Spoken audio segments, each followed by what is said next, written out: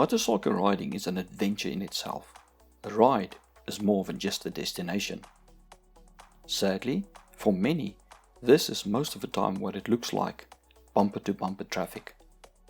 So where can you go for a weekend ride that has some open highways or good country roads near Johannesburg?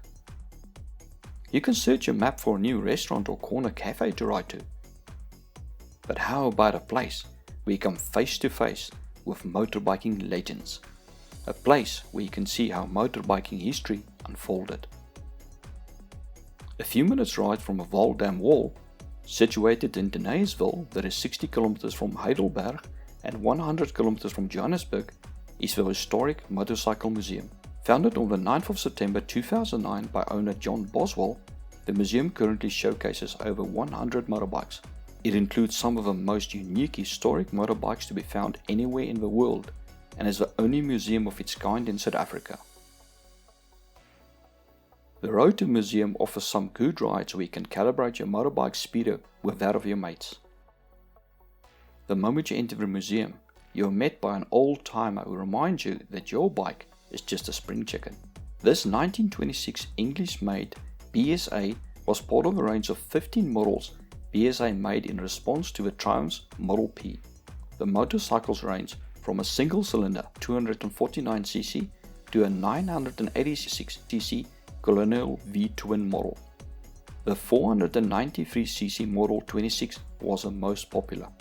It came with a 3-speed gearbox, had 4.93 horsepower compared to the 3.5 horsepower of a 350cc, and could be ordered with either acetylene lamps or electric mag dyno lighting. The bike has V-shaped inner rim brakes, which functions quite okay when the bike is stationary. Sharing the first display with the BSA 26 is a number of motorcycle legends to whet your appetite for what awaits in the main display.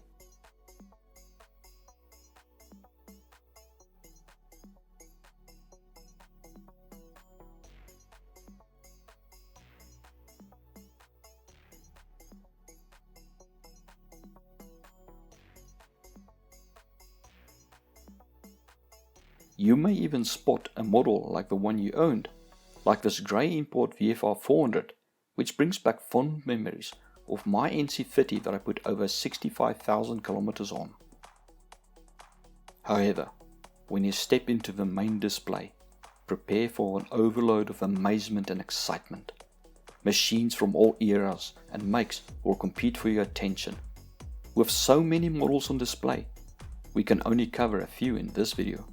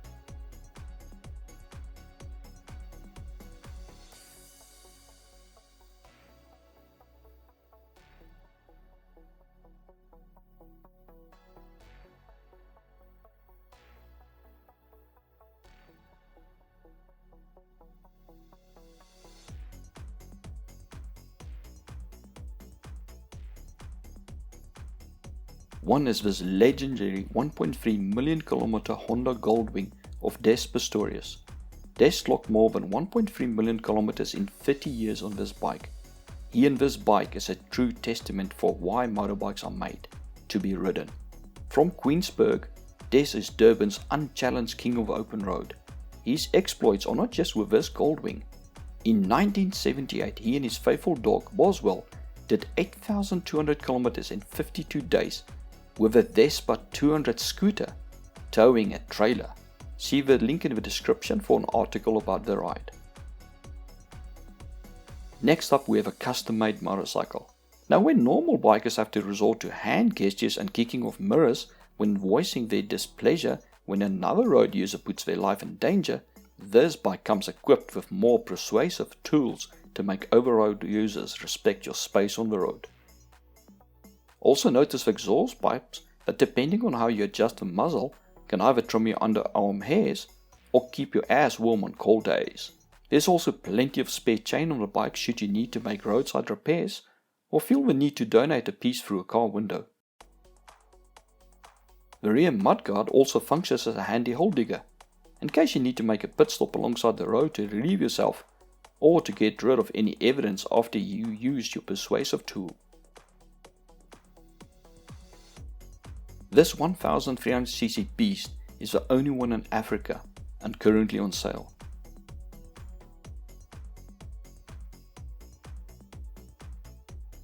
It may be the only one in Africa, but the bike next to it can brag that it's the only one on the planet with stylish fairings like this.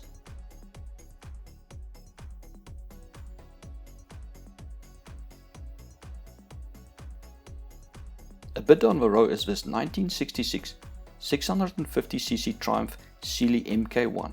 Victor McLaughlin, John Boswell's uncle, originally owned and raced this bike in classic events in the UK. John bought the bike in 1997 and restored it to race condition. An interesting bike is the 750cc 3-cylinder Trident concept bike. Unlike many other 3-cylinders where the exhaust ports at the front of the motor and the air intake at the rear, on this motor it is reversed with the intakes in front. The 750cc motor was placed in a Norton Commando 850cc frame and had the head and cylinder barrels turned around to create a forced induction system. It has a claimed top speed of around 220 km an hour. An engine noise from a Chater Lea reminds you that it is a king of the road. It won the 1928 Durban to Johannesburg race, where it set 7 new records. At the time it was the world's longest and stiffest race. The bike did it in 9 hours, 2 minutes and 11 seconds, averaging around 73.86 km an hour. The motorcycle had a Woodman designed overhead valve Blackburn engine that Chater Lea modified to overhead cam. It became the first 350cc motorcycle in the world to break 160 km an hour by reaching 162.24 km an hour, and later a record of 165.6 km an hour, the best for a 350cc motorbike. When in production, it was the world's fastest 350cc motorbike. Sadly, production stopped in 1936 when Chater Lea's engine supplier Blackburn ceased operations. This wooden box may look like it's from the 1920s, but it actually was used on 10 March 2018 on a Durban to Johannesburg rally race. The instructions are printed on a roll of paper that are spooled as the rider completed each section. On the instructions it says to enter Balfour and stop at the engine garage. A 20-minute fuel stop was allowed, which gave a bit of time for blood to return to your ass. It's a good thing the bike did not have a seat like this 1927 model.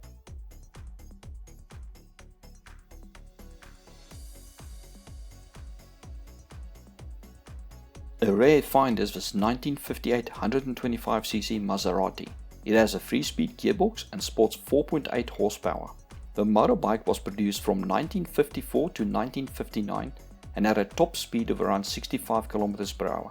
What makes this Maserati rarer is that it does not carry the Trident emblem. Those that carry the Trident emblem were not made by a Maserati, but by a subsidiary company of the Osri Group that manufactures spark plugs, batteries and bulbs for cars and motorcycles. The only connection is the famous name and the Trident logo. See a link in the description for more information on this. Another interesting motorbike is this 1948 Velocette LE 150 MK1. It has a 150cc water-cooled 4-stroke twin and was shaft driven. The gearbox is a 3-speed hand change model. The engine was later upgraded to a 200cc. Being very reliable, it was popular amongst the police force in the UK during the 1950s and 1960s. As it was customary to salute a superior officer in passing, a different method that was safer to do while riding a motorbike was developed. One would nod your head while passing a superior officer to show respect while riding a motorcycle. This gesture of respect is still practiced today by most motorbike riders when they pass another motorbike rider.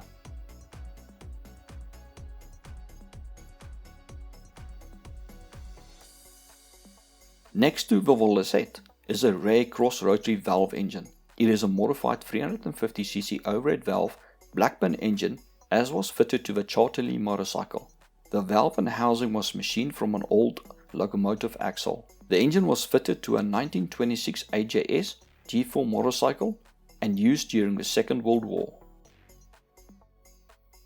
There are many more bikes to see at the museum, but you will have to ride out and see them for yourself. The museum has a dedicated workshop to restoring and maintaining motorcycles on show. However, John has been known to do private jobs for customers from time to time. After your tour of the museum, head to the bar and restaurant for a meal and a cold one. There you are likely to find John, pictured here at the back. He's the one with the long hair, from his head, not his chin. John is a library of knowledge and interesting stories. Now I know what you're thinking. Alcohol on motorbikes create situations that upset traffic officers, such as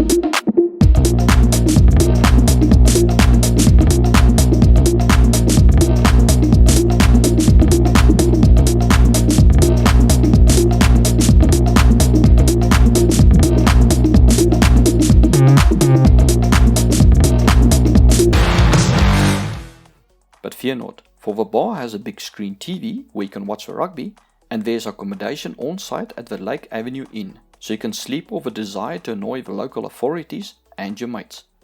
The next morning you can take a refreshing dip in the heart-shaped swimming pool while the love of your life patiently awaits you in the secure parking a short distance away.